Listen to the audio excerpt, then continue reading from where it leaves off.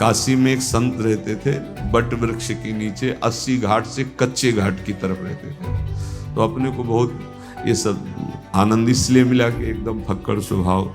तो गए तो उनको कई दिन देखा वो बट वृक्ष के नीचे, दिन में तो गायब रहते थे जहाँ भी, रात्रि में बट वृक्ष के नीचे आ जाते थे। तो सर्दी का समय था और ये युगल किशोर भी जानते हैं यहाँ वाक़ई रहे हैं। उनको एक बहुत महंगा साल किसी ने उड़ाया था, महंगा, काशी तो धनियों की नगरी, तो ऐसे ओढ़े रहे रात भर और दिन जहाँ सुबह हुआ तो वहीं छोड़ करके अपना दिन में गायब हो गए। शाम के फिर है तो ऐसा महंगा साल कहाँ रखा है, फिर अपने उधार बैठे। संतों की मौत, कभी भगवान साल दुसाला उड़ा दिए, कभी फटा कंबर, कभी ऐसे ही आसक्त चित्त नहीं कि अमुक ने इतना सुखद व्यवस्था कर दी तो उसके प्रति प्रभावित हो जाना, ये तभी हमारे अंदर प्रेम रस का प्रादुर्भाव नहीं हो जाता। क्योंकि अन्य आश्रय, अन्य चाह, अन्य भरोसा, वास्तविक सुख की तरफ चलो, छोड़ दो ये पाप दृष्टि। तुम सुख के लिए ही ये पाप करते हो, तुम्हारे अंदर अभी मूर्खता नष्ट नहीं हुई, तुम भोगों में, पापाचरणों में सुख ढूंढ रहे हो। देखो कितना अपार सुख प्रभु के नाम रूप लीला धाम में है। तुम अपनी इस मूढ़ता का त्याग करो, आश्चर्य में सुख है प्रभु, मतलब तुम कल्पना भी नहीं कर सकते कि कैसा होता है भगवदानंद। एक बार अपनी पाप दृष्टि को छोड़िए, जानबूझकर आचरण गंदे तो होने ही न पावे। जानबूझ के आप कोई दृश्य देख रहे हैं, कोई बातें कर रहे हैं, कोई क्रियाएं कर रहे हैं, ये जानबूझकर तो किसी भी तरह से अशुद्ध आचरण होने न पावे। अगर कहीं चूक हो जाती है, असावधानी बन जाती है, तो कृपा बल आपकी समस्त बुराइयों को मिटा देगा, क्षमा कर देगा। इस पाप में दृष्टि को दूर करो, बहुत जल्दी आनंद मिलने लगेगा, बहुत जल्दी। ये भ्रम तो हमारे हाथ जोड़कर प्रार्थना, छोड़ दो कि भगवान दुर्लभ वस्तु हैं, छोड़ दो, बिल्कुल मत। हम अपने संत महापुरुषों के अनुभव की और छाती की बात कहते हैं, ये छोड़ दो भ्रम कि भगवान दुर्लभ है। दुर्लभ है ये संसार। अब हमारे हृदय में कोई ऐसी चाहें हैं जो हमें चैन लेने दे रही है।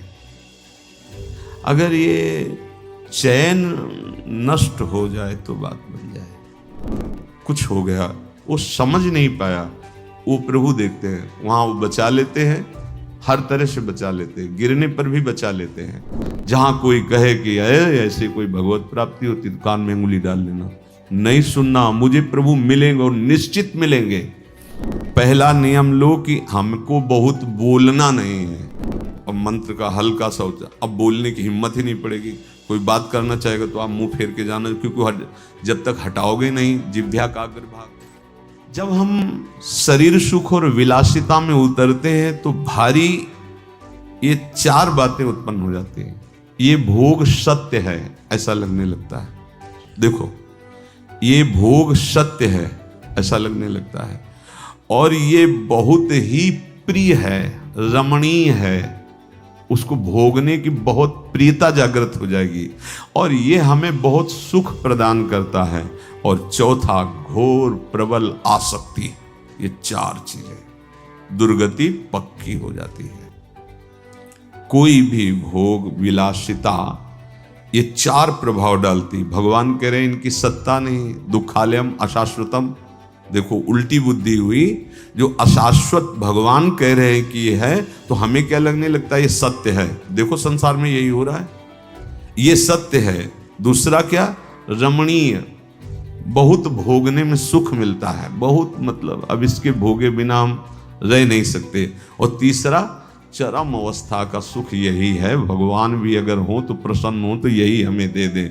और चौथा, आसक्ति, प्रबल आसक्ति, प्रबल आसक्ति। मर सकते हैं पर इससे दूर नहीं रह सकते, ऐसे भोग प्रबल हो जाते हैं। तो उपासक को परम सुंदर, परम सुखदायक, नित्य सच्चिदानंद में प्रभु से प्रेम करना है।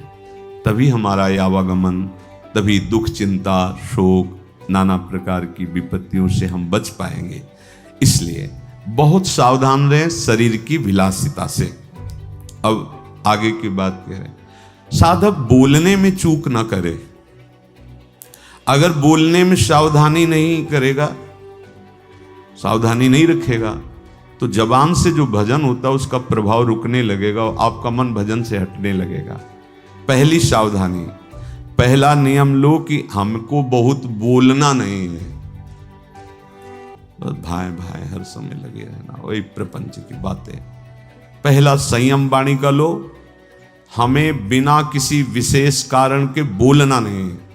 और ये ज्यादा परेशानी इसमें नहीं पड़ेगी यदि नाम जापक हो।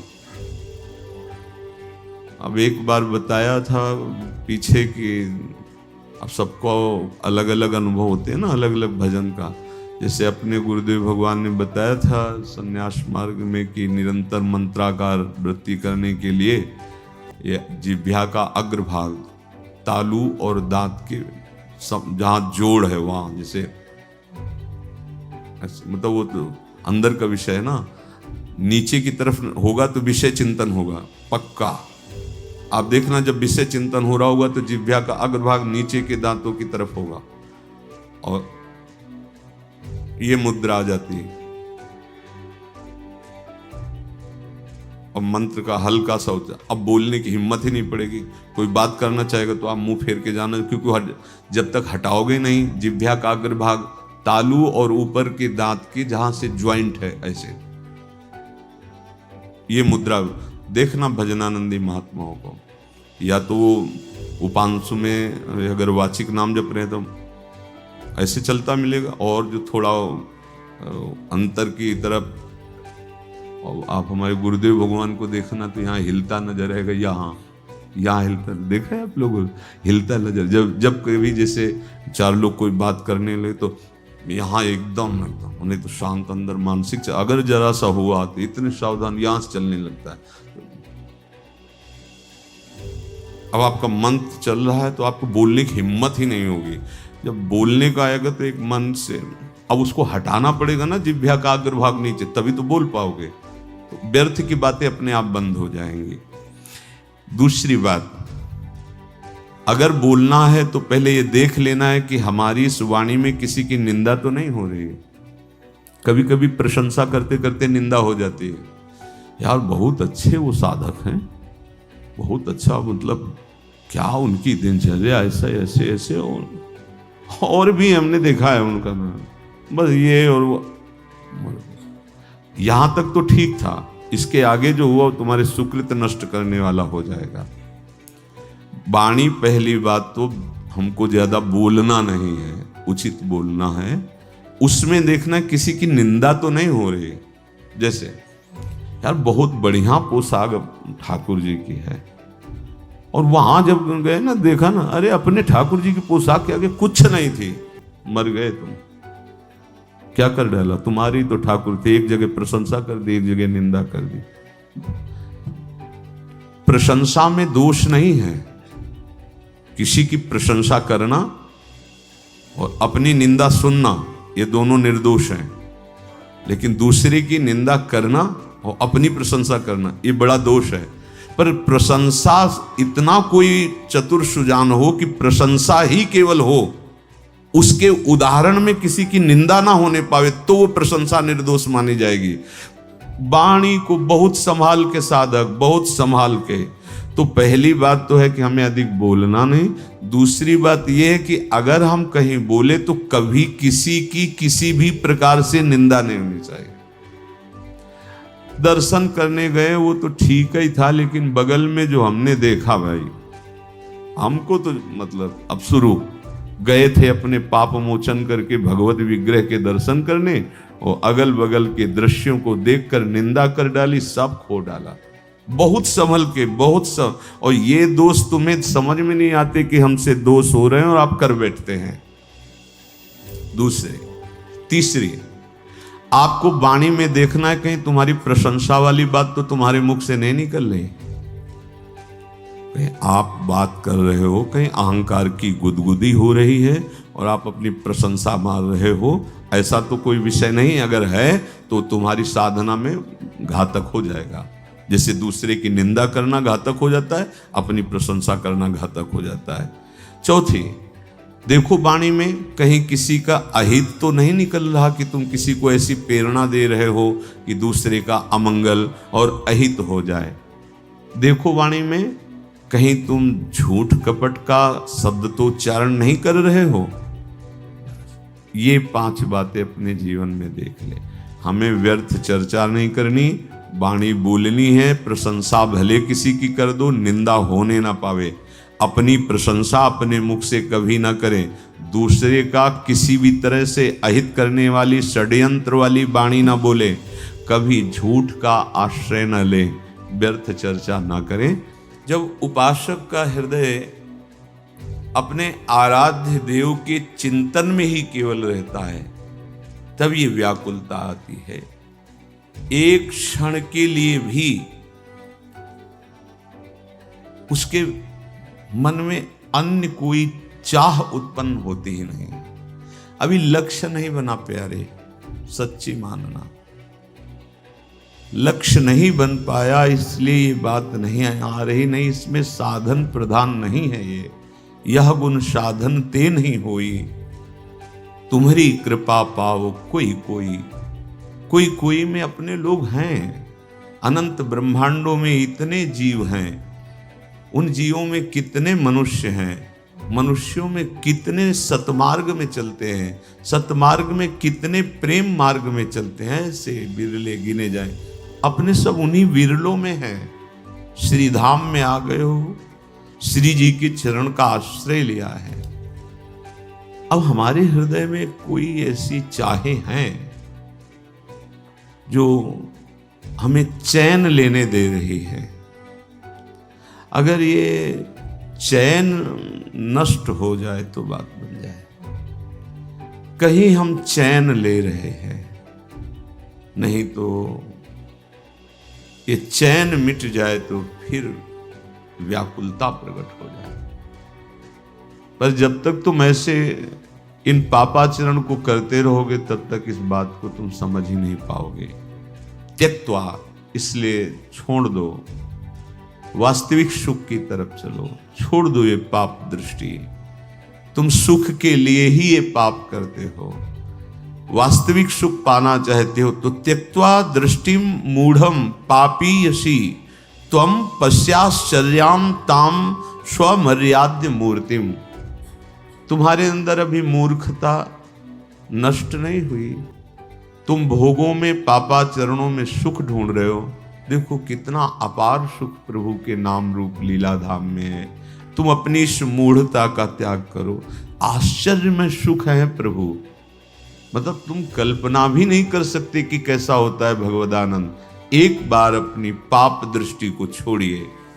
महापुरुष जन वर्णन करते हैं कि उपासक जिसको भगवान ने कृपा करके सत्संग सुनाया और उसके मन में निश्चय आया कि मैं इस मार्ग में चलूंगा, जानबूझकर आचरण गंदे तो होने ही न पावे। जानबूझ के आप कोई दृश्य देख रहे हैं, कोई बातें कर रहे हैं, कोई क्रियाएं कर रहे हैं, ये जानबूझकर तो किसी भी तरह से अशुद्ध आचरण होने न पावे। अगर कहीं चूक हो जाती है, असावधानी बन जाती है, तो कृपा बल आपकी समस्त बुराइयों को मिटा देगा, क्षमा कर देगा। एक होता है जानबूझ, जानबूझ का मतलब संकल्प के सहित। एक अचानक ऐसा कुछ हो गया, वो समझ नहीं पाया, वो प्रभु देखते हैं, वहां वो बचा लेते हैं, हर तरह से बचा लेते हैं, गिरने पर भी बचा लेते हैं। होता है, अचानक भी हो जाता है। कोई घटना घटी है, धक्का लग गया, वो पिटाई शुरू कर दी, गाली हो गया, लड़ाई झगड़ा, कुछ कई तरह की ऐसे पाप प्रवृत्तियां अचानक हो जाती हैं जिनको पता नहीं चल पाता। वो भगवान की कृपा संभाल लेगी।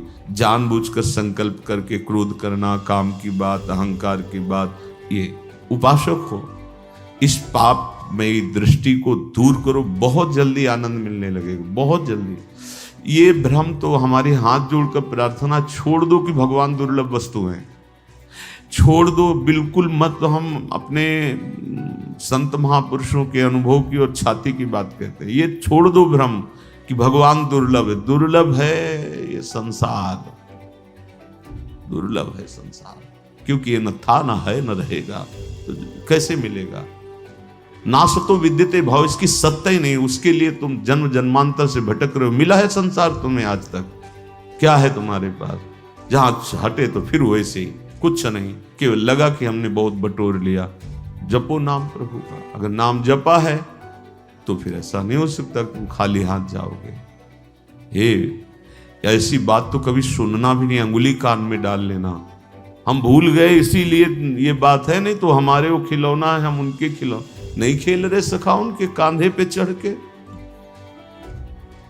ये हमारे खिलौना हैं, हम उनके खिलौना हैं। अब पता नहीं पहले कौन खिलौना बना, वो तो वो जाने, लेकिन वो हमारे खिलौना होंगे जिनके लिए दुर्लभ, हमारे लिए दुर्लभ नहीं है।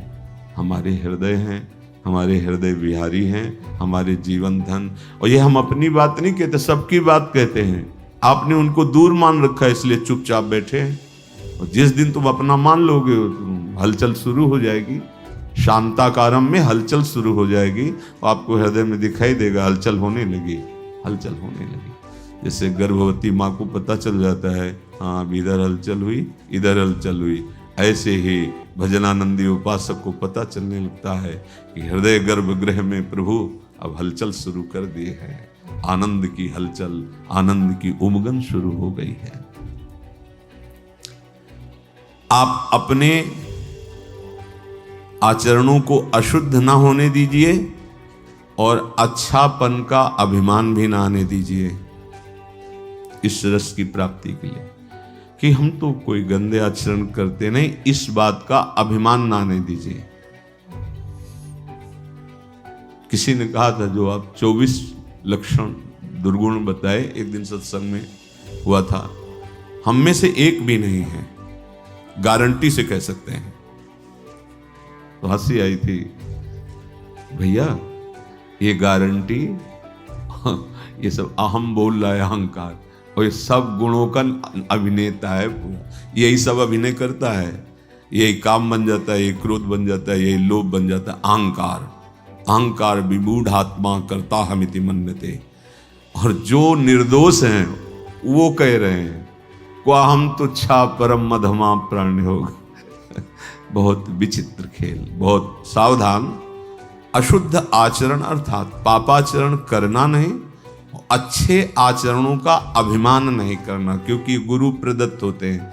आराध्य देव की कृपा से दैवी संपदा का अवतरण हृदय में होता है। आपको प्रयास करना है प्रभु के नाम जप का, चिंतन का। अशुद्ध आचरण करना नहीं, शुद्ध आचरण का अभिमान नहीं आने देना, और हमारा सारा का सारा प्रयास प्रयत्न प्रभु के चिंतन करने का है, प्रभु के स्मरण करने का है। अनन्य चेता बनने में देर नहीं लगेगी। ओ अनन्य चेता सततम यो माम स्मृति नित्यसा तस्याहम सुलभा पार्थ नित्य युक्त योगिना। आप भाव करके देखो, भगवान की प्राप्ति दुर्लभ है। भगवान अपने घर के हैं भाई। माया भगवान की घरनी है, जिसे तुम अपनी घरनी बनाना चाहते हो। कभी नहीं बना पाया कोई और न बना पाओगे। मायापति सिर्फ भगवान है, दूसरा कोई नहीं। और आप सब माया को अपनी घरनी बनाना चाहते हो, नहीं स्वामी बनना चाहते हो ना माया के। कौन? भगवान अपने घर के हैं भाई। भगवत प्राप्ति कोई बहुत दुर्लभ बात नहीं है। दुर्लभ बात है माया के आकर्षण से बच पाना। भगवान की प्राप्ति, हाथ उठा के कहता हूं, ये तो कभी शब्द कान में मत पड़ने देना, नहीं तो जन्म बिगड़ जाएगा। जहां कोई कहे कि ऐसे कोई भगवत प्राप्ति होती, तो कान में उंगली डाल लेना, नहीं सुनना। मुझे प्रभु मिलेंगे और निश्चित मिलेंगे, ये उनके वचन है। ये यथा माम प्रपद्य। गोस्वामी जी बहुत सुलझे हुए महापुरुष हैं, तुलसीदास जी महाराज। इसमें हमें ये बताओ कि इसमें क्या शब्द कहा है। पहला शब्द है बिगड़ी जन्म अनेक की। समझ में आ गया? अब ही सुधरे आज। ये भी बस समझ, आज अभी सुधर जाएगी। क्या कह रहे हैं? हो ही राम को, बस इतने में रुक जाओ, इतने में तुम्हारी बिगड़ी संभल गई, तुम्हें भगवत प्राप्ति हो जाएगी। चाहे जितने जन्म तुम बिगाड़ किए हो, तुम्हें भगवत प्राप्ति कितने में हो जाएगी। गोस्वामी जी बोल रहे हैं, बोले अभी हृदय में स्वीकार करो कि हे प्रभु मैं आपका। गोस्वामी जी कोई साधन ही आप बता रहे हैं। अब जितनी श्वासें और जीवन बचा है तो नाम जप, काम तो यहां हो गया। अब नाम इसलिए जपो कि ये बात तुम्हारे हृदय में दृढ़ हो जाए, जो स्वीकार किया है दृढ़ हो जाए। और नाम जपने में जो तुम्हें बाधा पहुंचाते हैं, तज कुसुमाज, गंदी बातों का त्याग करो। ये बाद के बाद कही है। भगवत प्राप्ति की बात तो इतने से हो गई कि अब ही सुधरे आज हो ही राम को। ये बहुत चिंतन की हुई, शोधी हुई बात है। अब हम कह तो रहे, एक बार बरसाने में भी गहवर बन के पहले साकरी खोर में बैठ करके कहा था कि हमारी श्री जी के प्रति जिसके हृदय में ये बात आ जाएगी कि हमारे माई श्यामा जी को राज आज इस परम पावन भूमि पर बैठ कर कह रहे हैं, निश्चित उसको श्री जी प्राप्ति निश्चित होगी। श्री जी निश्चित, पर दिमाग में नहीं टिकेगा जिसको श्री जी की प्राप्ति नहीं होनी, वो हमारी बात बैठा ले नहीं पाएगा। वो एकांत में कुछ लोग साथ हैं। ये हम कोई प्रवचन नहीं कर रहे, हम हृदय खोल के आपके सामने रखते हैं। हमें कोई परवाह नहीं इस बात के लिए कि दुर्लभ वार, दुर्लभ समय है, दुर्लभ बात को पकड़ लो। कोई साधन बल नहीं तुम्हें पहुंचा सकता प्रभु के पास। ये हम भी कह रहे हैं। एकमात्र आश्रय बल आज तक जिसको कभी भी कहीं भी भगवत प्राप्ति हुई, वो अपने साधन बल से जब हार करके पुकारा है तो भगवान मिल गए। तो ये तुम्हारे है ही क्या साधन है? तुम क्यों नहीं हार जाते? क्यों नहीं स्वीकार कर लेते? हे प्रियालाल मैं आपका हूं, हे लाडली मैं आपका हूं। अनन्य चेता वही हो जाता है। कौन? हमको अपनी तरफ से बुरे आचरण करने नहीं है। अगर चूक हो जाती है तो भगवान की कृपा उस चूक को सुधार देती है। रहत न प्रभु चित चूक किए की, करत सुरत सैबार ही की। फिर क्या होता है? हमारा एक ही प्रयास होना चाहिए, केवल भगवत चिंतन। अब वो हो जाता है अनन्य चेता। जो ही अनन्य चेता हुआ कि उसे भगवत साक्षात्कार हो जाता है। भगवान का दर्शन बिल्कुल दुर्लभ नहीं। भगवान की देखो जो ये दुर्लभता वर्णन की गई है। अब जैसे ग्वारिया बाबा या भक्त गोपाल चरवाहा या ओम प्रकाश जी या और भी बड़े बड़े, पाई भर इनको कष्ट नहीं होता। हम तुम शरीर में हैं, प्राणों को पोषित देख करके सुखी हैं, इसलिए ऐसा 70 दिन भोजन नहीं किया। अरे तुम क्या जानो, अनंत ब्रह्मांडों का पोषण करने वाला प्रभु उनको पोषित कर रहा है, अमृत सुख दे रहा है, तो इस अन्न पानी की क्या बात रह गई? तो ये थोड़ी कि इतना भयानक कष्ट उसने सहा। कष्ट सह के नहीं, अपार सुख में 70 दिन व्यतीत हुए श्री ओम प्रकाश जी के। अपार सुख में रंत देव जी के कितने दिन व्यतीत हुए, अन्न पानी भी नहीं है, अपार सुख। वो भगवदानंद कैसे बाह्य देहाभिमानी जीव बुद्धि की कहां पहुंचे उस सुख के लिए? ये चिंता मत करो, ये कोई दुख नहीं है। जिस साधक को अपने शरीर सुख आराम देने की वृत्ति बन गई है, बहुत ध्यान से सुनिएगा, हमारी कुछ ऐसी कमियां हैं जो हमें आगे नहीं बढ़ने देती। जिस साधक को शरीर सुख और आराम देने, ये शरीर तुम्हारा नहीं है, तुम शरीर नहीं हो, इसे ज्यादा दुलार मत करो। अब हमारी बात समझ में आ जाए तो समझ लो, जैसे पता है कि अब ये नौकर भाग जाएगा, नहीं तो और काम करा लो, जितना करा लो। कंजूस आदमी हो तो क्या सोचेगा, और काम करा लो जितना। ऐसे ही ये भागेगा, ये मरेगा, ये नष्ट होगा, और भजन करा लो, जितना भजन करवा लो इससे, जितनी जगत की सेवा करवा लो, जितना दूसरों का मंगल करवा लो। इसको ये नहीं कि खूब सजा धजा के खूब सोआओ खाओ पियो भोग। अरे धोखा धोखा, भारी धोखा। इससे दुलार करना धोखा, इसका बहुत दुलार करना मतलब दुर्गति का पूरा पक्का इंतजाम कर लेना। अब ये बात सबकी समझ में नहीं आएगी, क्योंकि बहुत प्रचंड भगवती माया का आकर्षण है। इसी से तो आकर्षण है। शरीर को आराम देने की वृत्ति, सुख देने की वृत्ति, विलासिता की वृत्ति, ये साधक को साधना में, उपासना में आगे नहीं बढ़ने देती और ये अधिक दुख और चिंता प्रदान करने लगती है। हरिजन छाड़ी विषयन की करत गुलामी। बहुत सावधानी, कड़वे वचन जरूर है। तुम्हारी मौज हो तो महलों में रखो, तुम्हारी मौज हो तो फुटपाथ में, तुम्हारी मौज हो तो पुजवाओ, तुम्हारी मौज हो तो पिटवाओ। न शिकायत है और न जय हो है कि बहुत कुछ अनुकूल हो गया तो जय हो और प्रतिकूल हो गया तो शिकायत नहीं। तुम सिर्फ मेरे हो और मैं सिर्फ आपसे प्यार करता हूं, बस। ये बहुत सावधानी की जरूरत है। साधक शरीर को आराम देना, विलासिता। अब ये कोई हम कथा नहीं सुना रहे, घटना सुना रहे, क्योंकि जीवन भ्रमण में रहा है। नवीन साधक थे, बहुत अच्छे, वेदांत में प्रवीण थे, पढ़ने में, चिंतन में नहीं। तो बहुत लोग आने लगे थे सत्संग में। तो कुछ लोग जो धनी मानी होते हैं, फल फूल लाना, थोड़ा और अच्छे अच्छे पदार्थ लाना, हाथ जोड़ के पूछना, स्वामी जी आप कोई सेवा बताइए, और कुछ भेंट रख देना। इससे उपासक को प्रियता होने लगती है। ऐसे लोगों में खतरा, जो तुमको नमस्कार भी ठीक से न करे उसकी तरफ तो देख लो, ये उल्टा मार्ग है। सम्मानम कलयाति घोर गर्लम। जो तुम्हें नमस्कार करके बहुत मीठा मीठा और बहुत अनुकूलता प्रदान करे तो दृष्टि तुम्हारी ऐसे होनी चाहिए।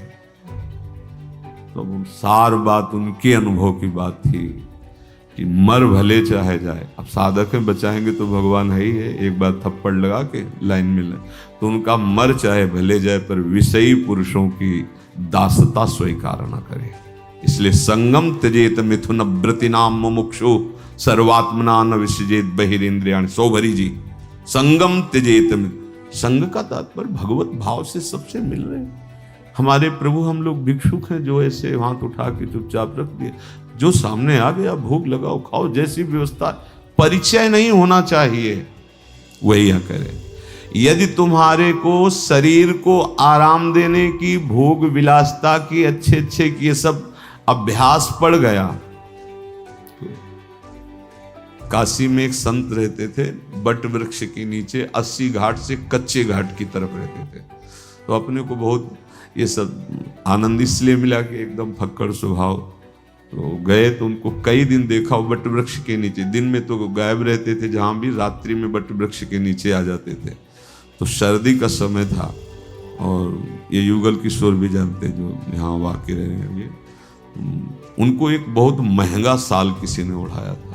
महंगा, काशी तो धनियों की नगरी, तो ऐसे ओढ़े रहे रात भर और दिन जहाँ सुबह हुआ तो वहीं छोड़ करके अपना दिन में गायब हो गए।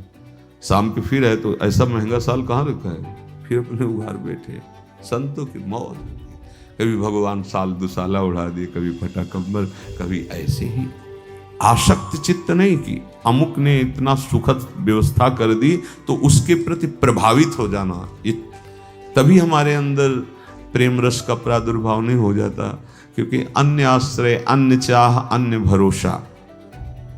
फिर सुन लीजिए, साधक को शरीर को आराम देने की प्रवृत्ति, सुख देने की प्रवृत्ति और विलासिता,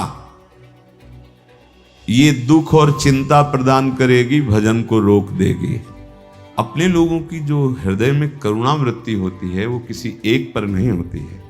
सर्वे भवन्तु सुखिनः सर्वे सन्तु निरामया। आप भोजन दे रहे हो और वो भोजन छीन रहा है, लेकिन हमारे हृदय से यही निकलेगा कि जैसे आपका मंगल हो तैसे भगवान उसकी बुद्धि शुद्ध करें और उसका मंगल हो। सर्वे भवन्तु सुखिनः। एक पक्ष आ गया, फंस गए, ममता कर लिए, आसक्ति कर लिए, आपकी गति बिगड़ जाएगी। बहुत सावधानी का ये परमार्थ का विषय है।